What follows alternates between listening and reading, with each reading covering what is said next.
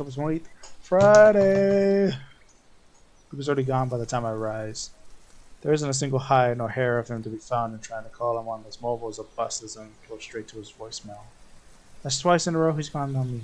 And for him to disappear today of all days is every bit upsetting because of what's to come. So, the morning is once again filled with a whirlwind of activity. Oh. He really does not like parties.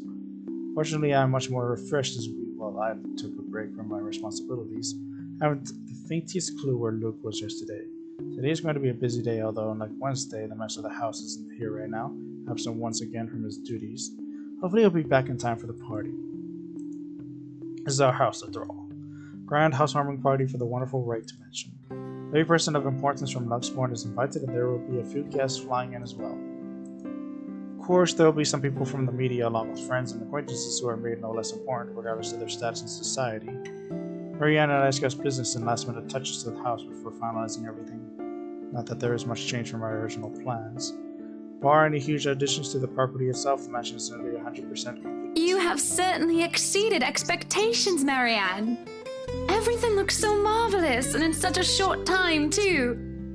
Well, I can't take all of the credit. People have certainly been enthusiastic about the idea of working on the right mansion. There won't be any more problems unless Mr. Wright has any more objections about the second bedroom. We're gonna add a small tiff about making the second bedroom to a child's playroom, which I insist is completely practical. In the end, he had to acquiesce. I didn't give him any choice in the matter. I even bought his wonderful wooden crib from the antique store yesterday, including some toys. In case anyone brings their baby, of course. Besides, we have little need of actual guest rooms. We hardly have guests to spend the night. We absolutely have to. We often choose to foot the bill for their visit on one of our hotels instead, always at Luke's own insistence. And on the off chance that we actually let someone stay, the bedroom in the opposite wing is up to the task. Oh, no. We proceed with that room as planned. I already agreed to him having his greenhouse and his vineyard and his stables. He may as well let me have this one thing. No, I did not agree to him having a helipad. All right, then. Well, do we have any other concerns? Anything we need to put on our agenda before the party commences? No, I don't think so. Not unless Luke has anything else to say. Is he around then?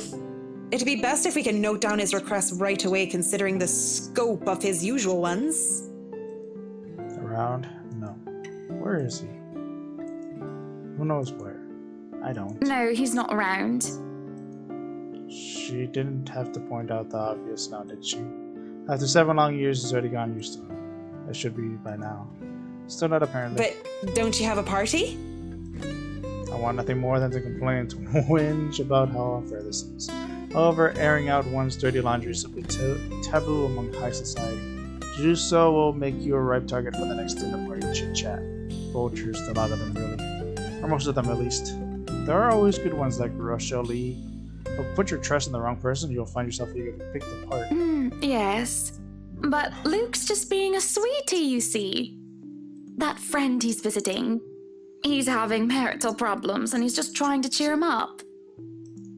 Perhaps I am being a bit too rash, a bit too hot-headed in divulging details. But I thought myself clever with the plan to dress up as gossip.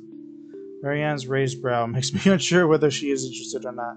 Although that does make things better if she has no interest and therefore has no hidden intent to utilize whatever I might say to her. They've been married for a long time and they've hit how do they say it? A rough patch. His wife has a drinking problem and can be very neglectful. The poor thing really does his best to be a good husband. But it's never enough for her. Sometimes I think it's the years. Maybe it's been so long that they've lost that romantic spark. What do you think? You were asking for my personal opinion on the matter, ma'am? Do you want me to be honest, or... Be honest.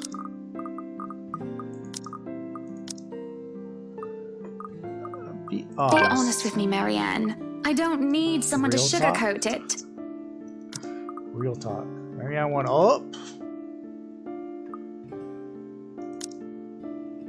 I'm not some fragile thing that I'm just going to break down at the slightest thing. She hesitates, taking a sip of her coffee while staring into my own cup of tea. Silence stretches on, and I almost believe that she will never answer my question. Suppose that I shouldn't blame her putting her in a tight spot like this. Her hesitation is understandable, though I loathe to admit it. She simply wants this whole thing to stay professional. But then she speaks. If I'm going to be completely honest, I need to ask. This is about you and Mr. Wright, isn't it? It's my turn to hesitate now. I really didn't expect such a straightforward question to get to the heart of the matter. I suppose I'm not as clever as I'd like to think, or is it really that bad that an outsider can see our little marital troubles? Surely we aren't that obvious, are we? We've put up the act of a perfect couple for years, although it hadn't always been an act. Marianne's just more keen than the average person, of course. It is a necessity to her career, and she's been working so closely with us. Yes, that's it. Suppose it is. What would you tell me?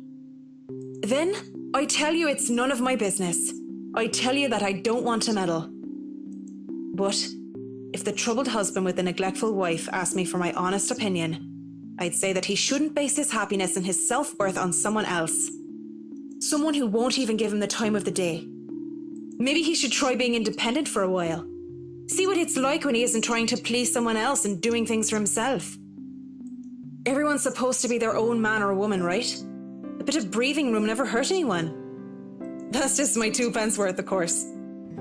So you're saying they should divorce? Nothing as drastic as that.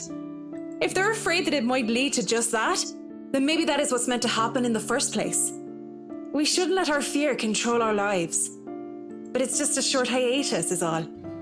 Or, couples therapy? Look, I'm really not the best person to ask about relationships. So grain of salt and all that. She throws off, having said her piece, and leaves nothing but the smell of coffee and Earl Grey between us. There's a calm despite the nature of what has just been discussed. To say that her words make me start to think is an understatement. To say that I'm not considering her advice is a lie. To say that this might just be the calm before the storm is a possibility. Others have had shorter marriages, yes, but plenty have celebrated long and happy ones as well. My own parents celebrated their core anniversary before they passed away. But 7 years? 7 years isn't a whole lot in the grand scheme of things. There isn't a whole lot of time to see what and where our relationship can bring us. And at the same time, 7 years? Well, it hasn't been entirely made up of unhappy years, has it? It won't last forever, it's not supposed to anyway. I just dread the thought that it might last for a very long time. I dread the thought that these small spats, these little disagreements will turn into an all-out resentment. The idea that we will grow to hate each other with every fiber of our being scares me. I can't even pinpoint the exact moment when our blissful union turns sour. We can get through this, right? I know that I still do love him, and I feel that there is still a part of him that loves me in return. We just need to get out of our heads together and talk it out. Surely he will see some sense. There's a cop before Marianne clears her throat. Must have been quiet for so long, and I move to apologize when she stands up. We both end up on our feet, unsure on how to proceed.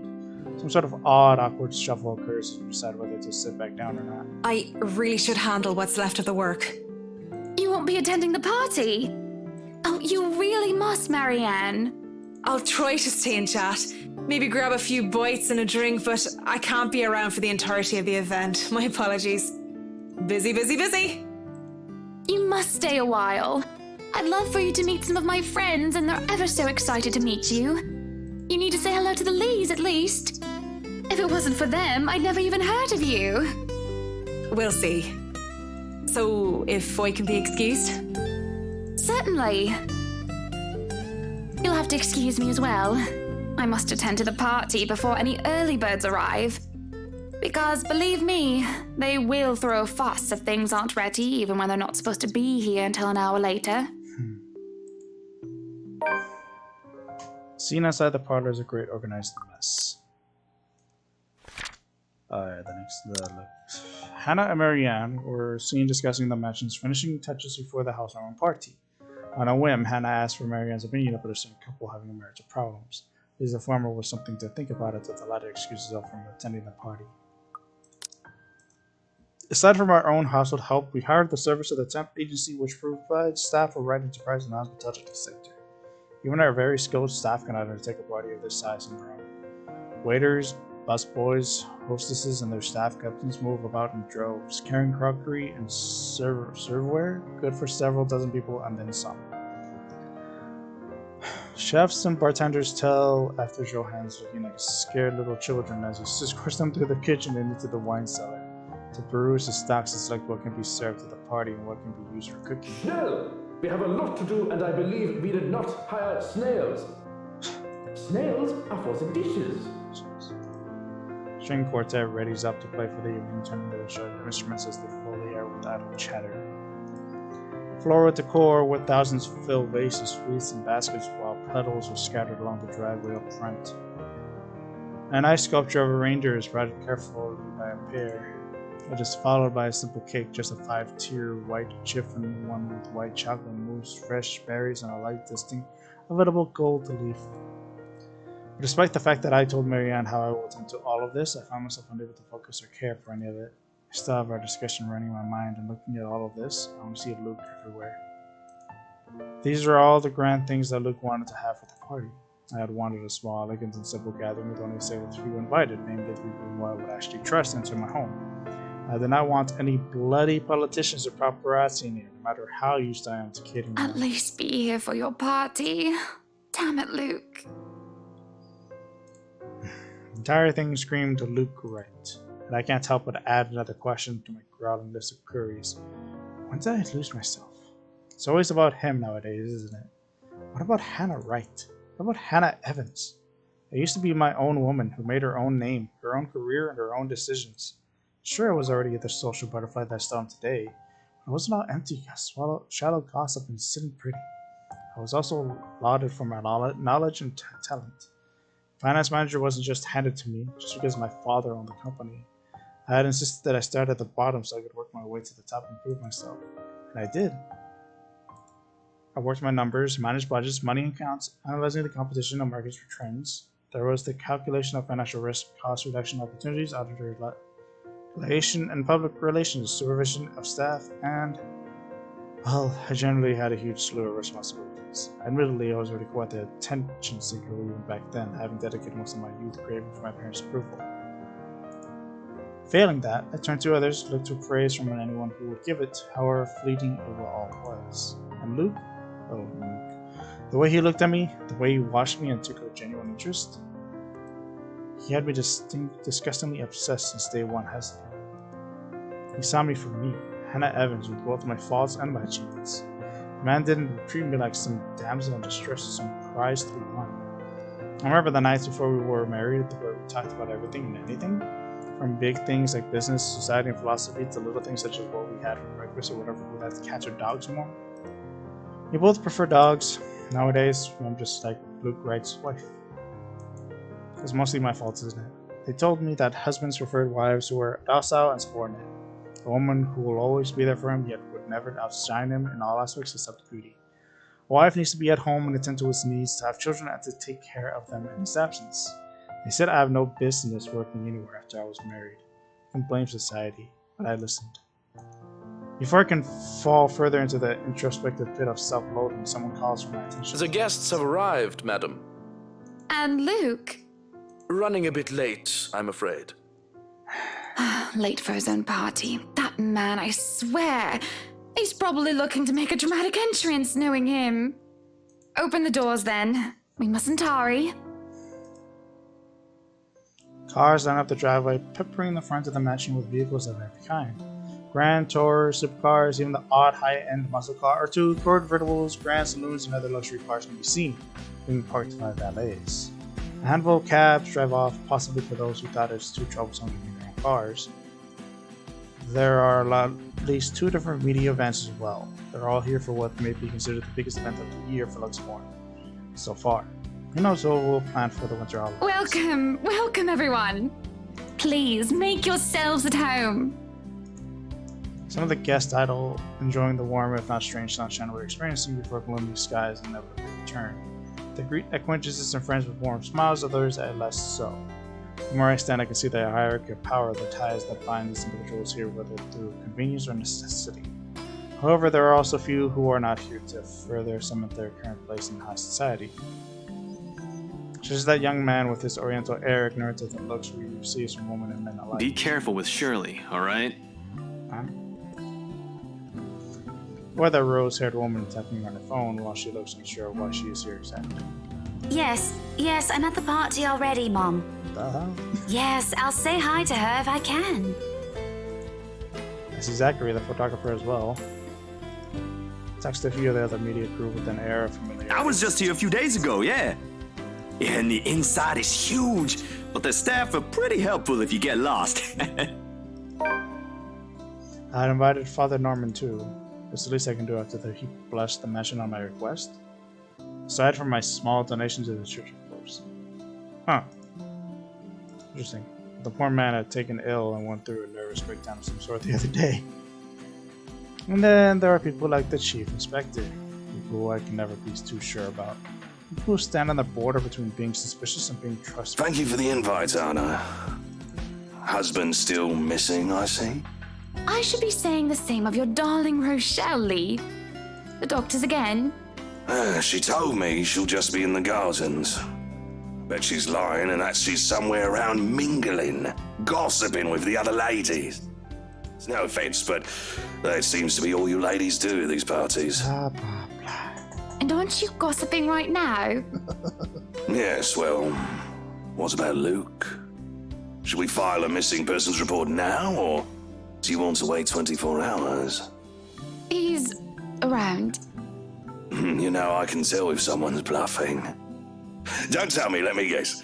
He's finally drunken himself to death and not wanting a scandal, you've hidden his body. I was wanting to give this housewarming gift to him personally, too. It's a plate that holds a wine glass so he can stop killing himself with liquid lunches. Looks like it's too late for that. Nothing like that. Besides, this is a hardly polite conversation.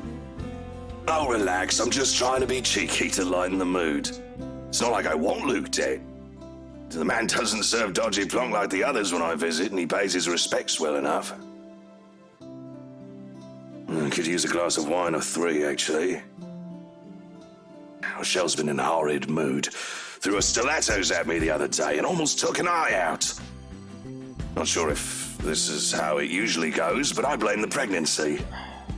I wouldn't know, would I? Still no plans for a baby? Well, I guess that's for the best. If it's this bad now, I can't even imagine how bad it'll be when that little baby bump becomes huge. Have I mentioned how I don't trust him? Or how hard I try to do so? He brought a gift as a Why pose. don't you just go inside and have some wine, Lee? Think I will, thanks. Greetings such as these carry on as the guests continue to trickle in. Whether we have short conversations or merely shake hands and nod heads, I make sure to attend and welcome each of them.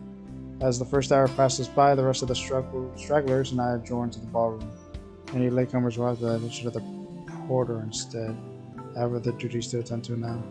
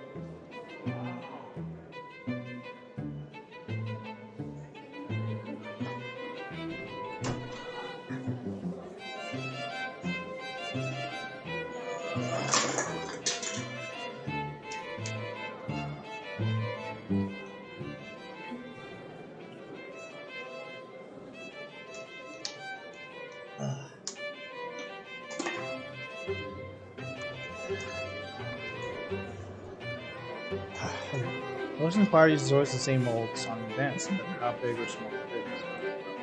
You make sure your guests are well fed, have good company, and help them generally enjoy themselves.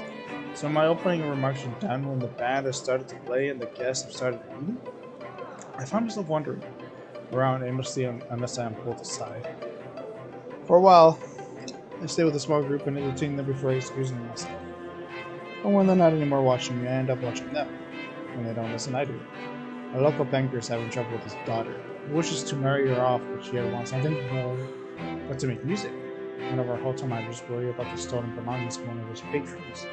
A failing in security which should be brought up to higher authority soon. A mayor, well, his cat died.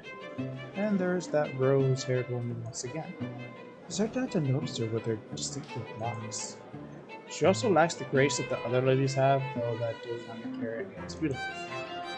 Her stance and the air she exudes instead of are strong, and they make her stand out despite her casual attire.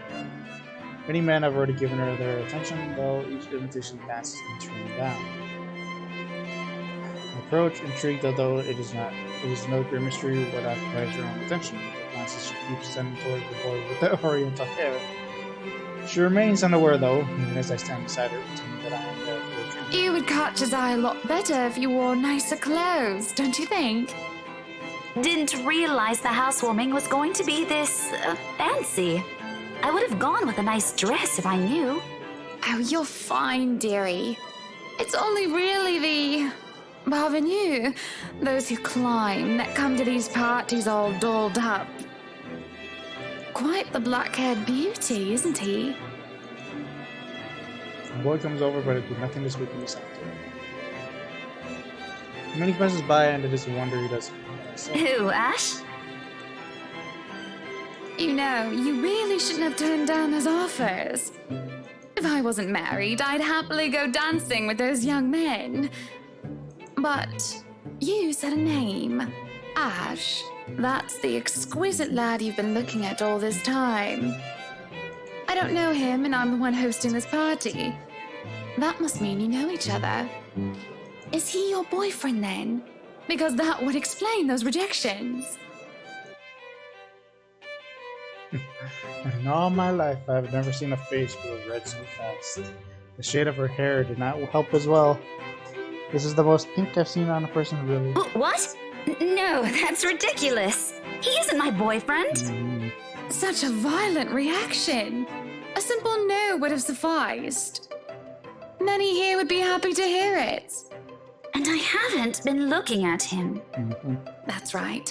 You've been staring. Quite heatedly, in fact. Although I'm not sure if you look like you want to kiss him or kill him. It's more the latter currently. Just don't go murdering him on my property. I don't want to walk into a room and suddenly find a body there. I waver as I feel the burning someone's stares. It's chilling, and though I am used to enduring the gaze of others, this one makes the hairs on the back of my neck stand up. It is chilling, and though I am used to enduring the gaze of others, this one makes the hairs on the back of my neck stand up. My attention is pulled on the girl, and I see her only staring. Dark-haired and dirty, she looks more like a beggar than a guest. I have half the mind to call the security at her, and my mouth breaks out a grin. All I hear is her laughing, taunting. Her stare makes my blood run cold. She looks at me like I am nothing but a pig to slaughter for amusement. It makes my hands shake and I nearly drop my drink. But then in a blink she's gone and the buzz of the party returns. I'll keep that in mind, but are you all right? Yes, sorry. I just thought I saw something strange. It must be the trick of the light. Anyway, on a right, as you must already know. Rebecca Gales. Gales.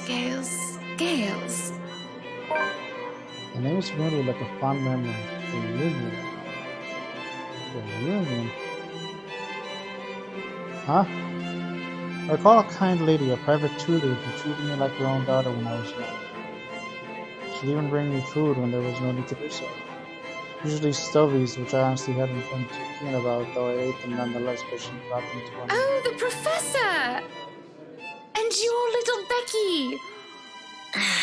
My parents couldn't make it since they're in Scotland right now. And Mom says hi, by the way. Oh, interesting. But yeah, that's me.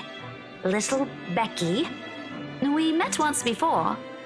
Yes, oh, I remember you. You were the cutest little thing with glasses. And when we met, you were having boy troubles with this lad called something with an A. What was it again? Aaron, Alan, Adele, Albert, Alexander, Andrew? The more the stuff names, the more red and the more quiet Becky gets. She starts to look a bit miserable as her body language shows discomfort and stiffness.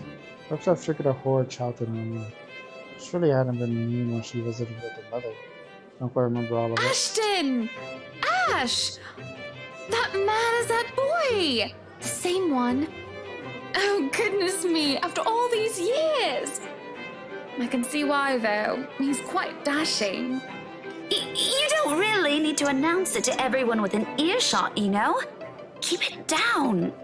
I'm so sorry, but it really is cute. And the tap gets sad. This is a nice party, Miss Wright. Please, Anna's fine. We're friends of a sort, aren't we? We must be friends, seeing as I know about your little infatuation, Becky. Don't you worry, dearie. You'll have your happy ending yet. I'm not too concerned about that, am I? That's not what I'm looking for. Oh? And what makes you think that? Doesn't everybody want their happy ending? Yeah. The idea of happy endings sounds like they're just for fairy tales. And they are, sorta.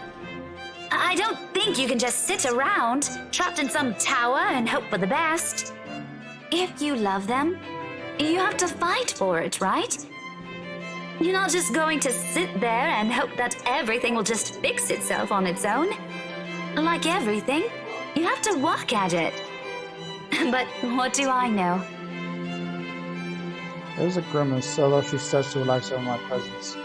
How long has it been since we met as children? It's only a long time.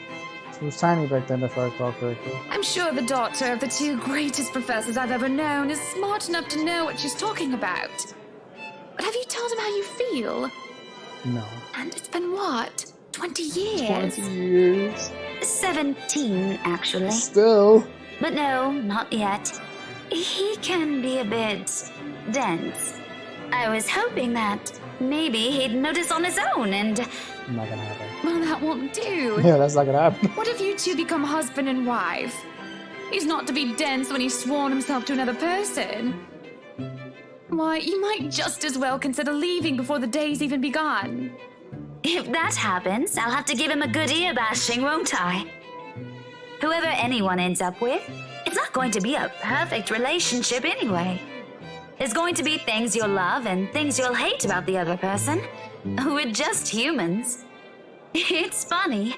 Here I am, trying to give you advice when you did the very same thing back then. I remember you giving me a makeover when we were still kids. And you were the first I told anyone about my... crush. I remember now that she mentions it. They give her the yellow summer dress or the pink blouse and petticoat. She must have kept some of what I said in mind. It feels ridiculous remembering all of that years later. Talking about boys and how they go crazy for little girls. As if it's some gospel every woman should have had heard to. It was so easy to say such things then, me not knowing any better. Though, looking at her now, she must have kept some of what I said in mind. Perhaps I did say something good at that time, enough for her to take it to heart. But all that didn't matter in the moment as I roll over what she just said in my head. What Becky told me was very different from what Mary Ann told me. There's no time to ponder over that, however, as the hush descends upon the once lively crowd. The music strings and the chatter slows to a grinding halt as the doors in the foyer opens.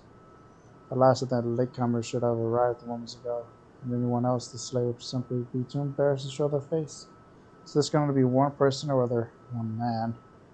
There's only one man who's audacious enough to arrive at his own party so late. Good evening, ladies and gents. Enjoying the party? I hope I'm not too late in welcoming you all to the Wright Mansion. Unlike I, who was raised in the spotlight and simply grew used to its presence, he sought it out every chance he could, even when there was no spotlight that shone. And I would never put it against him when he smiles like that. He did so quite brutally, and it is a to me when he channels his showmanship. You can tell by the way people's eyes light up as he speaks. How they listen enraptured even if all he's doing is a simple greeting. A little wave of his hands here, a little smile there, and a bit of swagger. I always tell him that if he is not to be a businessman, he'll do well as an entertainer. I love this side of him, especially when he looks at me and beckons me over to humbly share his place. Not a single second is wasted. I excuse myself and break the side when making way to leave. Welcome, one and all, to our humble abode. Tonight, if you have yet to find yourself in your roles, you are our ladies and lords of the court of your king and queen, if you would excuse my presumptuousness. So, enjoy the feast that has been laid out for your senses as we only allowed the best to be served. Enjoy the rest of your night, everyone! There's a round of applause, cheers, leaders, and peaks. Guest approaches left and right to shake each hand and greet and personally praises on their lips. It's because of this that I do not see her. I do not see her until she is dangerously close with fury in her eyes as she's already spitting venom. She'll hence restrains her, taking care not to necessarily harm the pregnant woman. What? Wait, what? That does little to deter her rage, and the man has no choice but to let her go, lest an unborn child is hurt. The Right Mansion officially opened its doors with a grand housewarming feast. Zachary, Steele, Ashton, Frey, and Rebecca Gates were seen attending. However, what was supposed to be a day of merriment turned sour when Rochelle Lee, the chief inspector's wife, accused Luke Wright of fathering her unborn baby? What? Although it might be too late for that, as I see an empty glass of wine in her hand. How much has she imbibed in? Are you feeling ill, Rochelle? Perhaps you need to sit down and... No! Shut it, you munter! I ain't talking to you! I'm talking to this scumbag over here! You bloody bastard standing there with your smarmy smile! She interrupts me, jabbing her finger in my direction before she rounds on me. Even as whispers and murmurs break out among the guests, all I can focus on is the heat of the moment. Obviously intoxicated, judging by the smell of alcohol and the breath, but ticked off about this display of hers, at least not yet. But I'm absolutely pissed by the fact that she'd endanger her own baby by drinking. There's a considerable amount of restraint and grace that I must exercise while I wait for her tantrum to subside. Keep a patient, if tight smile on my face. Luke's expression, on the other hand, is indecipherable. Watch your tongue! You're on thin ice, Rochelle. Where's your husband? Who even invited you? I did. And I told you with great emphasis not to. Now we have a drunk, hormonal, pregnant woman causing a stir. What is even going on? I'm just about to ask that exact same thing. I don't know. But Rochelle, do calm down before you hurt yourself. I can't understand a word you're saying. Where is that husband of yours? Lee, collect your wife right now! Don't you fucking talk like I'm not here and you're not responsible, you ass! You told me that I should wait for you in the gardens! Excuse me, what is this nonsense you're going on about? Crazy talk, that's all it is! Just completely and utterly mad! Has anyone seen the chief inspector? I am pregnant with your little bastard. You promised me you'll take responsibility. God damn it, Luke. I finally got you to talk to me after months of silence, and you do this to me. What? What do you mean you're pregnant with? Luke, is this true? Lies and slander, woman! Security! Johans, take her out of here before she makes an even bigger fool of herself! No, you do not do this to me. I was so ready to leave my stupid oaf of a husband. I told you to leave that damn wife of yours. Look at her. Does she look like she wants a baby? Does she look like she could take care of a baby? Okay, as now that Johannes returns with security along with a concerned looking Officer Lee. They surround her and move it to escort the hysterical woman. Judging by his pale face, he has heard the whole thing, and I feel nothing but pity for the man. I'm so sorry for her behaviour. She's been under a lot of stress. And the alcohol. Talking nonsense, that's all it is. You're not allowed to drink because of the baby, Shelley. What are you thinking? Nothing to see here, people. Move along. Is there really nothing here but the ramblings that were drunk? Yes, that's right. There's no way that what Marcelo says is the truth. What she says doesn't match up. I know, Luke. If such a scandalous meeting had to be arranged, he won't do it in such an exposed place, especially not near his precious flowers. And he definitely won't promise responsibility over a child unless it can be helped. Besides, Luke will never. He will never go so far as to sleep with another woman, right? Okay, fine. Who am I kidding? If I am to be completely honest with myself, he might cheat. With a bit of a temptation, a bit of alcohol, he just might. And doesn't that just make my blood boil? To even think of the slightest possibility of infidelity? Lee isn't too far off when he told me how Luke still acted like some young hotshot bachelor. Starts to make me think. Ew. Ew. Defeat.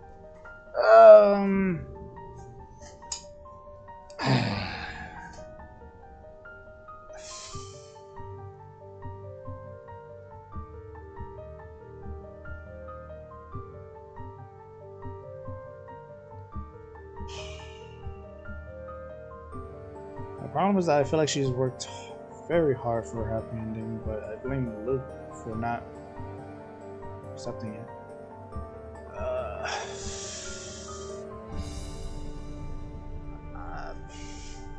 Break. Maybe Marianne had a point. Luke went down. Luke's just going down. If I am frustrated and if I am unhappy, maybe a break is needed. Some time apart might be just what the doctor ordered. Time apart to clear our heads and to think for ourselves, or for myself to be exact. So looking at this mess before me just brings me nothing but distress. A little bit nauseous, actually, now that I think about it. Luke's too busy making a scene to notice, and my concerned Becky pulls me to the side. She looks as disturbed as I am by this sudden turn of events. Probably not a big fan of drama. Definitely not used to it at any rate. Not surprising, as her parents were lovely yet simple people. Hey, I figured you could use the save. You looked like you weren't doing too hot back there. Do we need to call a doctor or something? Oh no, I'll just be needing some fresh air, that's all. Some help getting out of here would be much appreciated. Sure, that won't be a problem. I wanted to get away from this drama too anyway. Just... Hey, Zachary! Hey, Zach! At the mention of his name, I can't help but seek him out in the crowd as he makes his way over. They know each other. Becca! This is a real oh, hey, Miss Wright. If I am to assign a random number to dictate the odds of having two of my acquaintances know each other, say the odds are 1 out of 1,000. And if this is any other situation, I would have been suspicious.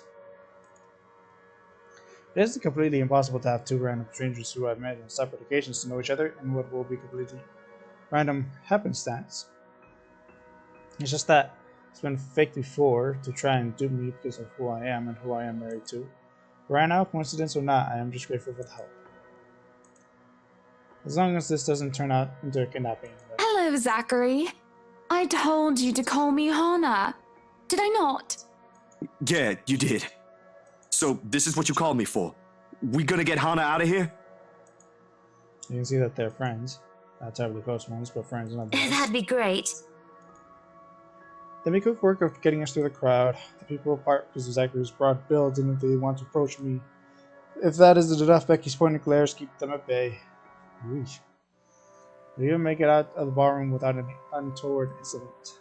Though judging by the commotion in the other room, the same cannot be said about the fiction. I really do need the fresh air. I need to be away from those nosy pictures.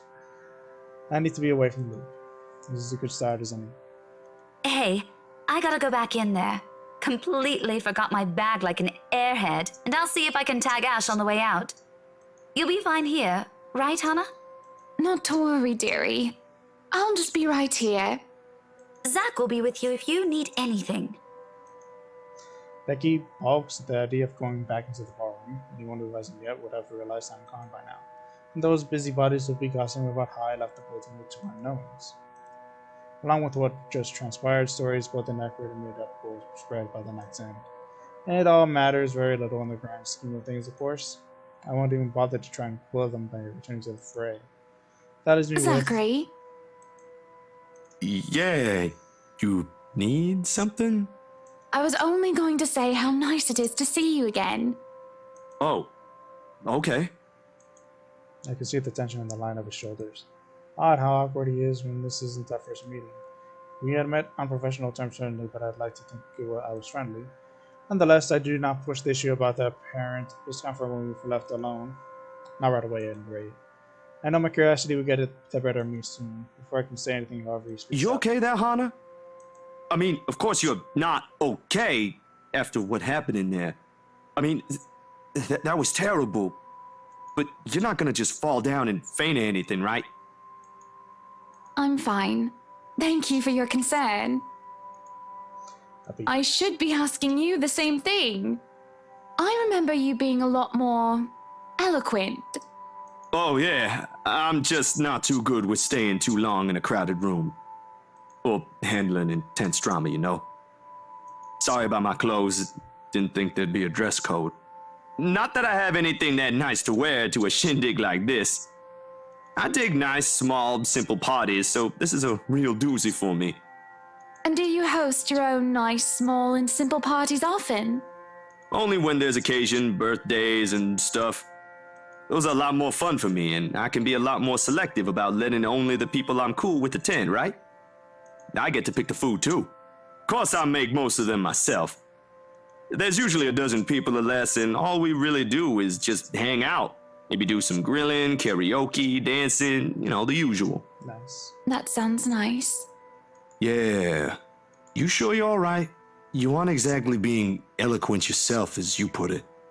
You must have something you want to get off your chest. I don't know, Zachary. What am I supposed to say? You can scream merde if you want. I won't snitch. You want to know what I think? How I feel? I think my friend may have slept with my husband. At least, I'm pretty sure she isn't pregnant with his baby, which isn't much now, is it? My husband is a selfish, pretentious, bloody sack of shite, and you know what? I don't give a flying fuck anymore! My God! Well, that ain't good. Not giving a crap won't make the problem go away. I'm going to ask him for a break, Zachary. I'm not going to pretend that there isn't a problem, but I just need to step back. Fair enough. As long as you don't just up and disappear on him, I suppose. Yes. Now can we please stop talking about him? Tell me more about your small, simple parties. Karaoke and dancing. How does that even go together? Simple, really. We hope Ash doesn't take the mic, put on a bit of fun music, and just dance. Not that I can, but there ain't nothing complex about it. You can't be that bad. I'm pretty good with the twist. Or that's what they tell me, at least. I think they're just being nice. I'm sure it just looks awkward.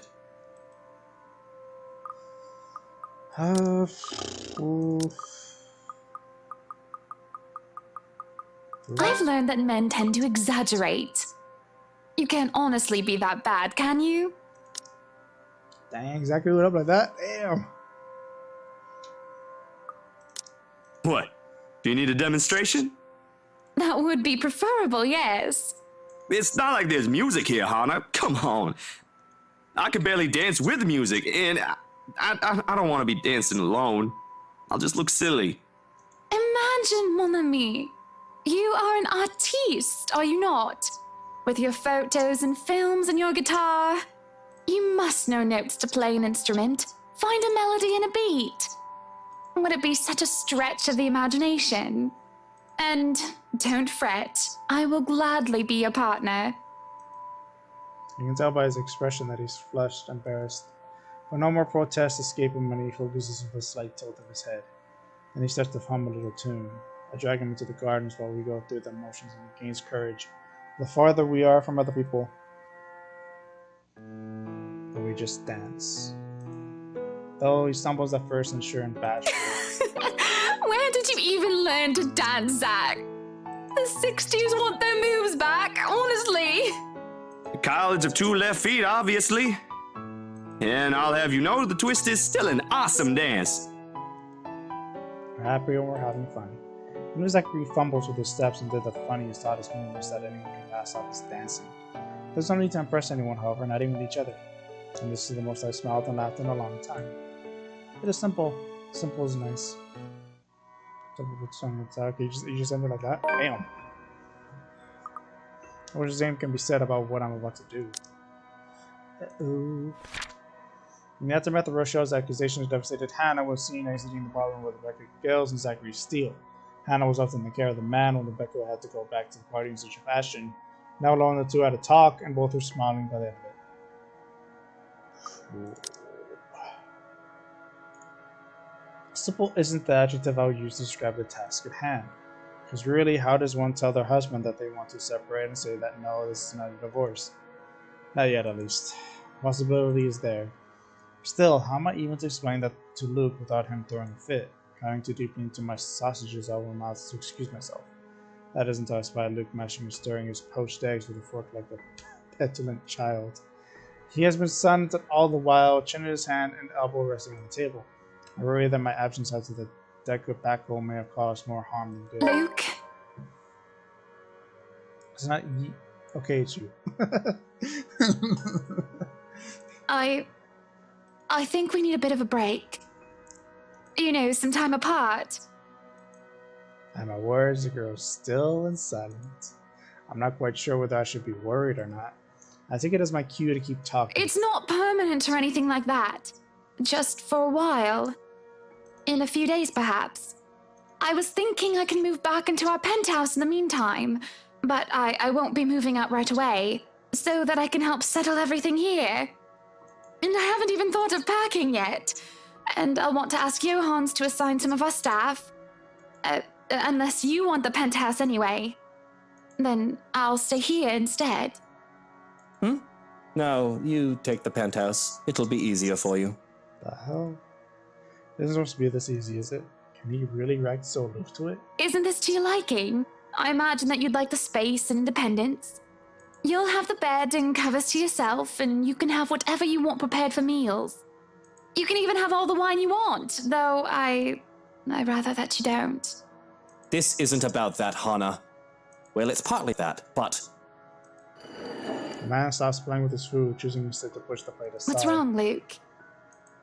He slumps back in his chair and just stops short of putting his feet up on the table. Expect he's wanting some wine or absinthe by now. But any sort of alcohol is suspiciously absent in his hands. Aside from that disaster yesterday and you telling me you want a divorce, everything is peachy keen. She didn't even say that, dude. Will you want me to start in the letters then? To start the divorce settlements and whatnot? Bruh, she did not say Will that. you be seeking ways to throw me out onto the street without a penny to my name? Okay, dude, calm down. No, Luke, this isn't a divorce. I just told you this is only temporary. Are you really having a sulk because of what she said yesterday? I am having a sulk because you believe her. You stormed out and now you're asking for us to split up? Soon enough, you'll want to throw me out like I'm a piece of trash. Do you think I would be this calm if I believed her, Lucille Mitchell, right? Because believe me, if I did, well, it wouldn't be pretty. Besides, I know how you feel about children. It makes her whole statement laughable. Sure, whatever you say. His mouth draws into a thin line and the camera room sets again. Comment on his half-hearted reply. To me, the silence that follows feels oppressive. It only emphasizes the wall that has been built up by my obeisance and his hubris, and the looms between us, keeping us apart. When are you leaving? In a week? It won't take that long to pack. After All Saints, perhaps? I'll go and inform the staff of this. He only nods. And I'll be lying if I said that didn't disappoint me. Ouch. During breakfast, Hannah asked Luke for a break. She'd be moving back to their penthouse for a couple of days, but trying to remain aloof. Her husband accused her of wanting a divorce and insisted she simply needed a break from him. I expected more resistance. The man could be stubborn as a mule if he wants to be. Perhaps I can leave now just to spite him, but that isn't like me. But even if this does end in a divorce, the thing we both surely wish to avoid, we can still leave on amicable terms. There's no point in making a mountain out of a molehill. What are you still doing here? Just leave. You still have some packing to do, don't you? The hell? Go ahead. I won't stop you. Dude! Go ahead. I'm doing nothing. There isn't much to do. Because whenever I step up to the plate and try to take responsibility for something, perhaps because everything is already being handled by someone hired specifically for that job. With Johan's overseeing the staff and Luke handling everything else as a whole, doesn't leave me much for me. I can't even take the job with delegation because all it takes is a word to one of the senior staff and everything will be taken care of for me. Moving in here a few days ago may have very well been the chore that took the most effort from me. That didn't take any real effort at all. Yes, Hannah, go buy a mansion in the middle of nowhere. Good idea. Great plan. There are no dishes to set aside and busy myself with. Any mess left behind is now nearly non-existent. To sit on a counter while eating cake is supposed to be my next plan. Alas, there isn't even one to finish off, and I don't really know what brought me to the kitchens in the first place. It's not like I'm craving anything else, nor do I have any unfinished business left here. But there's a calling to this room. Speaking of calling, why not do just that? Might as well, since I have nothing else to do. At least that will require some effort on my part. With how cut off from the rest of Luxporn and the mansion is, and with how long it was abandoned before we moved in, having a landline is out of the question. The solution is supposed to be our mobiles, though it isn't much considering how spotty the signal is in the area. It'll take a bit of maneuvering to get even a single bar as it is. It takes a bit, as I said it would. I have to park my rear on one of the cold brewers, but that suits me just fine. Another matter that needs my effort is who to call. She who must not be named is certainly off the list. That doesn't leave much in the category of close friends who attended the party, along with the category of who else is awake at this early hour. Soon enough, I manage to call, and the call goes through. Hello, Rebecca Gales here. Becky. Who's this? Good morning, Becky. Hannah? Oh, wait, how did you get my number? You responded to your RSVP through the phone. It's all saved in here, of course. I thought I'd like to say hi and make plans and get together sometime. Also, I'd love to hear news about your mother and father and about you, my dear. Oh, I hope I didn't wake you up. Oh, you're good. It's sports day at school today, so I was just prepping for that. Figures that you'd be a teacher as well. I'm sure your students must absolutely adore you. Don't know about that. Mathematics? History, actually. Anyway, it's real nice to know you've got my number. I was going to ask for yours because Mom wanted to keep in touch. You could have asked, silly girl. I would have gladly given it to you. Couldn't, though, because, well, the thing that happened. But really am sorry, though. I gotta run. School, schedule, stuff. Is there anything else you want to say? Don't want to use the mobile while driving. Oh, of course, of course. I shouldn't keep you. But I wanted to thank you for your company yesterday. Not a problem. I was hoping you could thank Zachary on my behalf as well. He was really kind and wonderful. Well, you can tell him that yourself if you want. I can give you his number. Oh, no, I don't want to be a bother. Intruding on his privacy. Pretty sure he'd be fine with it. If you two are on a first-name basis and all. So, his number, right, it's... The call starts to go static, much to my frustration. Strange clicking noise drowns out most of her words too. I can barely understand what she's saying.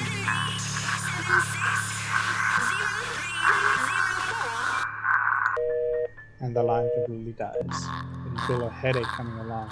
It's just building up, starting from a light throbbing on one side of my head. Static is gone, and that helps a lot. But there is still that incessant horrible clicking. Again, and again, and again. Which doesn't make sense. The mobile is turned off, isn't it? And if it isn't coming from the phone, then where? Looking about, I can't help but let my eyes return to the cash eating to the wine cellar once more. That's when the clicking stops and I can hear the crying, really crying from before. Hannah called Rebecca Gales, hoping to catch up with an old friend. The talk got interrupted by a horrible clicking and then the cry of a woman from the outside. What happened the other day when I was told that nobody should have been down there? I tried to forget it because of how it unsettled me so. One can hardly do that when I'm looking at the very thing I'm trying to forget. Somebody is crying down there again. But if I leave it alone, it simply won't stop bothering me for the rest of the day. They might have forgotten to lock the door with the party room. This again? If somebody is pulling my leg, I will not be happy. It's open. True enough, all it takes is a bit of a pull to open the hatch. As I look down to the cellar, since I've run easily swashes open. It isn't just the sudden onset of vertigo and nausea, but also the darkness. It's suffocating. And as I look down, it feels as if I'm looking back at me. I worry that something will suddenly pull me into the cries drowned beneath the shrieks that start echoing in my head. High and shrill like nails being dragged across the chalkboard. They're all screaming and shouting at me, and I can just feel her rage. Help me.